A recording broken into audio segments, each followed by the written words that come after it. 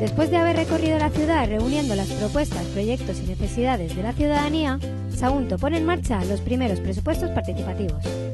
Todas las demandas sugeridas por los ciudadanos y ciudadanas que se incluyan en los presupuestos municipales 2017 se les asignará el sello de Iniciativa Ciudadana. Desde el área de participación ciudadana y a partir de los informes elaborados, se activan 3 mesas de trabajo donde se debatirá en torno a 3 ejes, dentro de los cuales se trabajará a partir de los temas específicos de cada eje.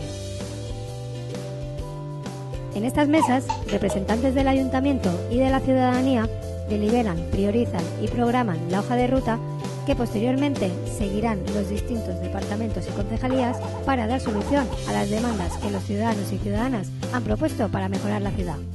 A los 6 meses se activarán de nuevo las mesas de trabajo, con el fin de hacer un seguimiento de estado y del cumplimiento de los compromisos.